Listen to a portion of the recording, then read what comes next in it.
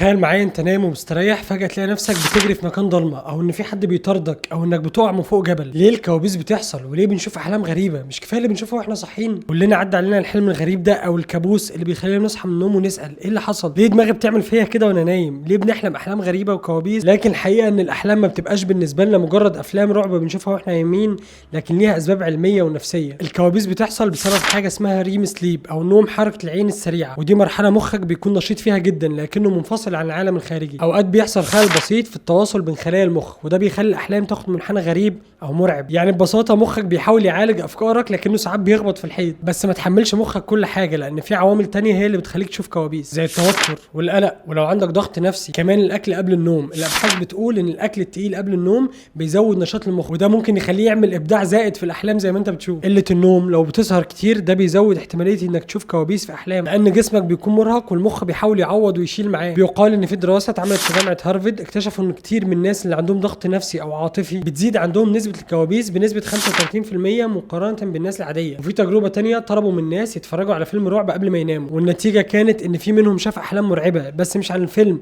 عن مخاوفهم واللي عقلهم ربطها بالفيلم. يعني ببساطه مخك مش بس بياخد اللي انت شفته، ده بيزود عليه لمسته الخاصه. جواك فنان. يعني ببساطه لو قلقت من النوم في مره وصحيت، ده مش معناه ان في حد مستنيك بره او في حد تحت سريرك، ده مخك بيعمل مونتاج للي شفته. بس ما تاكلش وجبات تقيله قبل النوم، وحاول تتاكد انك نايم كفايه. واحكي لنا عن اغرب حلم شفته.